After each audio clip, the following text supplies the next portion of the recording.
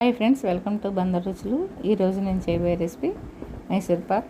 చూడగానే నోరూరించే మైసూర్ పాక్. దీనికోసం నేను ముందుగా ఒక గ్లాసు శనగపిండి తీసుకుని దాన్ని ఒక గ్లాసులో పంచదార తీసుకుని దాన్ని పాకానికి రెడీ చేస్తున్నానండి. ఇప్పుడు దానిలో హాఫ్ గ్లాస్ వాటర్ పోసి పాకం చేస్తున్నాను. పాకం బాగా వస్తుందా రావట్లేదా అని, అయిందా లేదా ఒకసారి చెక్ చేసుకున్నానండి. పాకం అవ్వలేదు, ఇంకా మళ్ళీ ఒకసారి పెట్టుకొని పాకం కలుపుకుంటున్నాను. మరీ లేత పాకం రాకూడదు, మరీ ముదురు పాకం అవ్వకూడదండి మైసూర్ పాక్కి.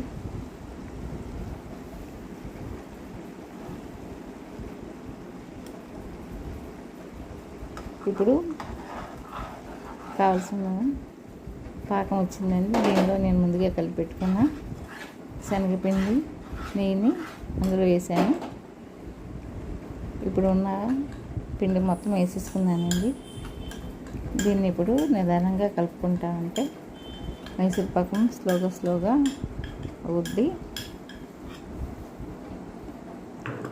మొత్తం పిండి అంతా వేసేసుకున్నానండి. నిదానంగా అడుగు పట్టకుండా కలుపుకుంటున్నాను. మొత్తం అంతా అలాగే తిప్పుకుంటూ ఉంటే మైసూర్ పాకం గుల్లగా బాగా వస్తుందండి. ఏ గ్లాస్తో అయితే నేను శనగపిండి తీసుకున్నాను అదే గ్లాస్తో నెయ్యి తీసుకున్నాను, అదే గ్లాస్తో షుగర్ కూడా 1.5 గ్లాస్ తీసుకున్నానండి. ఈ కన్సిస్టెన్సీలో అయితే బాగుంటుంది. ఈ కొలతల ప్రకారం మధ్యలో నెయ్యి పోసుకుంటూ మైసూర్ పాకాన్ని కలుపుకుంటూ ఉండాలండి. అడుగు పట్టకుండా చుట్టూరు కూడా తిప్పుకుంటూ ఉంటున్నాను. మనకి మంచి కలర్ వస్తుంది. మధ్యలో ఎయిర్ బబుల్స్ వస్తున్నాయి కదా, మైసూర్ పాకము ఇలా వస్తే గుల్లగా వస్తుందండి.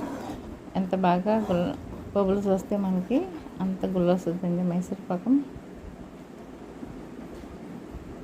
ఈలోపు నేను ఒక ప్లేట్ తీసుకొని కొద్దిగా నెయ్యి వేసుకొని నెయ్యి రాసుకుంటున్నానండి. మొత్తం అంతా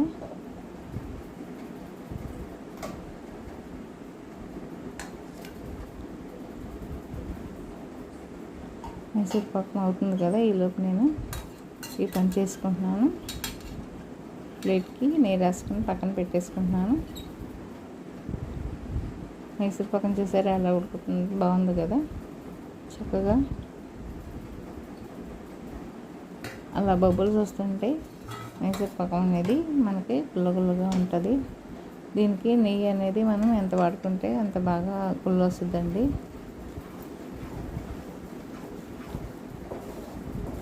ఇప్పుడే ప్యాన్ నుంచి సపరేట్ అవుతుంది కదా, దగ్గర పడుతుందండి.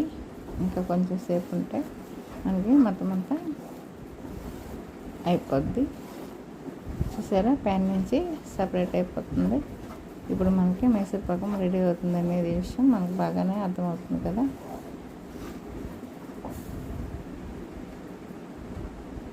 ఇప్పుడు దింపేమో మళ్ళీ కొంచెం నెయ్యి వేసుకొని మళ్ళీ మొత్తం అంతా ఒకసారి బాగా తిప్పుకొని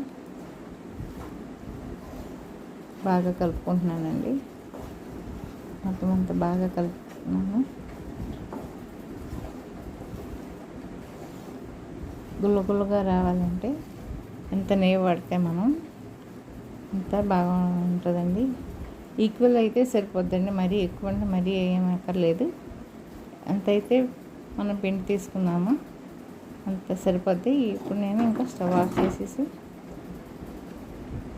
దాన్ని షిఫ్ట్ చేసేసుకుంటానండి. నెయ్యి రాసిన ప్లేట్లోకి నేను ట్రాన్స్ఫర్ చేసేసుకున్నాను. చూసారా, నొరగ గుల్లగా ఎలా వచ్చిందో అది నేను ప్లేట్లోకి ఇలా సర్దుకున్నాను. కాసేపు చల్లారితే ఒక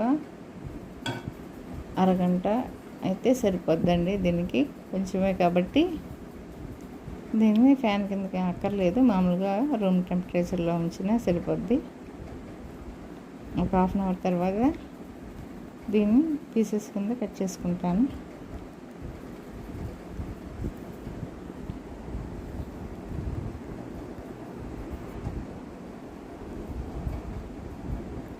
చల్లారలేదండి, ఇంకా అలానే ఉంచాను.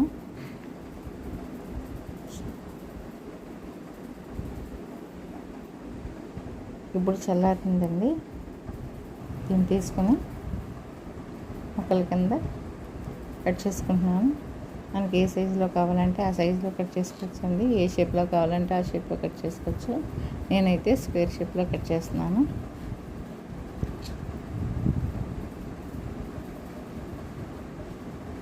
ఈజీగా కట్ అవుతుందండి, ఏం ప్రెషర్ లేకోకుండానే స్మూత్గా ఉంది.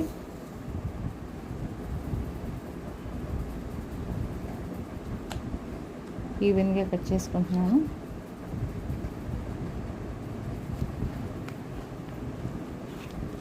చూసారా, కట్ చేస్తున్నప్పుడే ముక్కలు సపరేట్ అయిపోతున్నాయి కదా. మైసూర్పాక్ బాగా వచ్చిందండి, దీనికి అర్థం అండి. ఇప్పుడు నేను సర్వింగ్ ప్లేట్ తీసుకుని ఒక ప్లేట్లోకి సర్వ్ చేసుకుంటున్నాను. చూసారా ముక్క ఎంత బాగా వచ్చిందో. ఇప్పుడు పర్ఫెక్ట్గా కుదిరిందండి మైసూర్పాకు. అది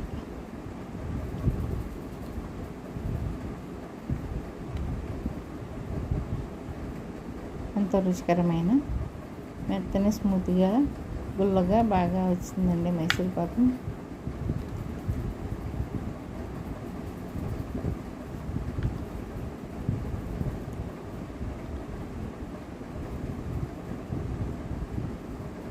మొత్తం అంతా ఇలా నేను సర్వ్ చేసుకున్నానండి. మీకు నచ్చితే లైక్ చేయండి, షేర్ చేయండి, సబ్స్క్రైబ్ చేసుకోండి. ఇప్పుడు కట్ చేస్తే చూడండి ఎంత స్మూత్గా ఉందో. అది ఈజీగా కట్ అయింది కదా. అంతేనండి మైసూర్పాకం.